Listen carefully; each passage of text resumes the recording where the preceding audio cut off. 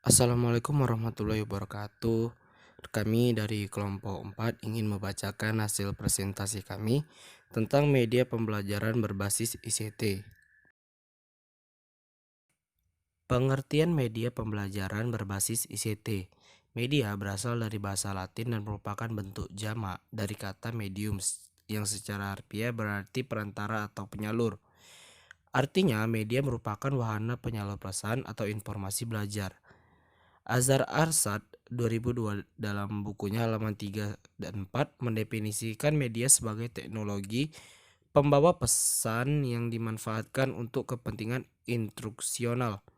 Media pembelajaran merupakan alat komunikasi lisan dan tulisan yang digunakan dalam proses pendidikan dan pembelajaran. Media pembelajaran merupakan suatu yang bersifat menyalurkan pesan dan dapat merangsang pikiran, perasaan, dan kemauan peserta didik atau mahasiswa sehingga menjadi proses pembelajaran. Oke, selanjutnya yaitu pengembangan media pembelajaran ICT. Jika lihat perkembangannya, pada mulanya media berbasis ICT hanya digunakan sebagai alat bantu mengajar guru teaching AIDS. Namun, perkembangan zaman penggunaan ICT dalam pendidikan semakin pesat ataupun alat bantu visual. Sekitar tahun 1923, perkembangan selanjutnya dapat dikatakan sebagai akibat dari diterapkannya ilmu komunikasi sangat besar sekali, hingga timbul gerakan audiovisual communication yang menggeser audiovisual education. Perkembangan selanjutnya terjadi sekitar tahun 1960. Perubahan konsepsi ini dimungkinkan dengan diaplikasikannya pendekatan sistem-sistem approach dan konsep perkembangan pembelajaran pada kegiatan pendidikan. Perkembangan selanjutnya terjadi di sekitar tahun 1960. Perubahan konsepsi ini dimungkinkan dengan diaplikasikannya pendekatan sistem-sistem approach dan konsep perkembangan pembelajaran pada kegiatan pendidikan. Selanjutnya, saya akan menjelaskan tentang faktor-faktor yang mempengaruhi ICT dalam pemanfaatannya. Yang pertama, keterbatasan kualitas dan kuantitas budaya pendidikan. Keterbatasan yang dimaksud di sini adalah keterbatasan jumlah guru, terbatasnya jumlah referensi pendidikan yang dapat digunakan peserta didik, terbatasnya jumlah sekolah bermutu, terbatasnya jumlah perpustakaan yang dapat diakses, dan terbatasnya jumlah sarana dan prasarana pendidikan lainnya yang dapat menunjang kemajuan pendidikan. Yang kedua yaitu ketidakmerataan kesempatan dalam memperoleh pendidikan. Permasalahan yang terkait dengan pemerataan kesempatan dalam memperoleh pendidikan bagi seluruh rakyat Indonesia dapat segera terwujud. Yang ketiga yaitu modal dan pendekatan pendidikan yang kurang relevan. Semakin cepatnya pengembangan dalam segala aspek di dunia ini, maka setiap manusia dan institusi pendidikan dituntut untuk terus selalu memperbarui dirinya, sesuai sebuah tujuan itu dapat dicapai dengan mudah. Manfaat media pembelajaran berbasis ICT. Yang pertama yaitu ICT sebagai alat bantu media pembelajaran. Komputer dimanfaatkan untuk membantu siswa menemukan dan merumuskan pengetahuannya melalui interaksi dan eksplorasi sumber-sumber belajar berbasis ICT.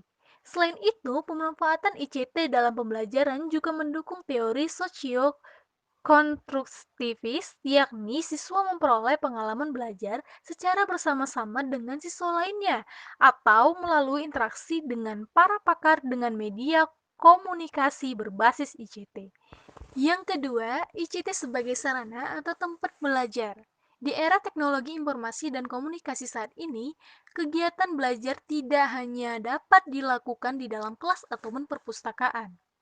Kemajuan dunia ICT, khususnya internet, telah memberikan kemungkinan membuat kelas maya atau virtual class dalam bentuk e-learning, di mana seorang dosen atau guru dapat mengelola proses pembelajaran, dan siswa atau mahasiswa dapat melakukan aktivitas belajar sebagaimana yang dilakukan di dalam kelas.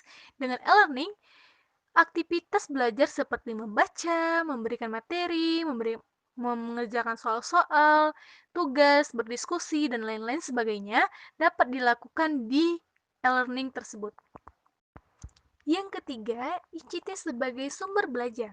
Perkembangan ICT yang pesat tidak hanya dalam bentuk teknologi saja, namun juga dalam bentuk isi. Pada satu sisi, para ahli telah mengembangkan teknologi dan memudahkan para pakar untuk menyajikan dan menyampaikan pengetahuan. Di sisi lain, para pakar dalam berbagai bidang sudah banyak yang menyumbang dan menyebarkan pengetahuannya melalui berbagai media seperti CD, DVD, internet, baik secara individu maupun secara kolektif. Dengan tersedianya sumber-sumber informasi yang melimpah di internet, itu dapat mempermudahkan siswa dalam mencari informasi tentang pembelajaran. Yang keempat, ICT sebagai sarana peningkatan profesionalisme. Perkembangan ICT saat ini juga memberikan kemudahan bagi para dosen dan guru untuk meningkatkan profesionalisme. Selain dengan meningkatkan keterampilannya dalam menggunakan ICT dan memanfaatkannya untuk mendukung meningkatkan pembelajaran, di sini juga dosen dapat meningkatkan wawasan dan pengetahuannya baik dalam pengetahuan bidang, ilmu terupdate, metode pembelajaran terbaru, dan lain-lain sebagainya. Kelebihan media pembelajaran berbasis ICT. Yang pertama, memberikan kesempatan kepada peserta didik untuk memecahkan masalah secara individual. Yang kedua, menampilkan materi pembelajaran dalam berbagai format multimedia, sehingga menjadi lebih menarik dan terbaru atau up-to-date dari berbagai sumber. Yang ketiga, memungkinkan terjadinya interaksi antara pembelajar dan materi pembelajaran. Keempat, mendukung perubahan peran guru ke arah yang positif sebagai fasilitator dan mediator. Kelima, meningkatkan pengembangan pemahaman peserta didik terhadap materi yang disajikan. Keenam, merangsang peserta didik belajar dengan penuh semangat dan materi yang disajikan mudah dipahami oleh peserta didik. Yang terakhir, mengatasi keterbatasan ruang, waktu, dan tenaga seperti sekarang ini. Kekurangan media pembelajaran berbasis ICT. Yang pertama, fasilitas untuk pembelajaran yang menggunakan ICT hanya bisa dilaksanakan oleh sekolah atau universitas yang mampu, karena biayanya terlalu mahal untuk dimiliki. Bagi yang kurang mampu akan ketinggalan dan siswanya akan kesulitan jika mereka masuk ke sekolah lanjutan di kota besar yang sudah sering menggunakan ICT. Yang kedua, permasalahan dalam pengaturan dan pengoperasian dari alat pembelajaran VCT karena setiap pelajar harus mendapat fasilitas yang sama. Jadi, dalam pembelajaran menggunakan komputer, setiap pelajarannya harus memakai satu komputer yang memadai. Jika komputer yang dalam kondisi baik hanya sebagian, akan ada yang hanya menonton sehingga mereka tidak menguasai. Yang ketiga, penggunaan komputer dalam pembelajaran tidak antusias dalam penerimaan materi. Seringkali lebih suka bermain game selama pembelajaran, sehingga mereka tidak berkonsentrasi dan tidak menerima materi yang diajarkan. Karena masih adanya kesulitan untuk para guru atau dosen dengan pengalaman yang sangat minim dalam penggunaan alat ICT.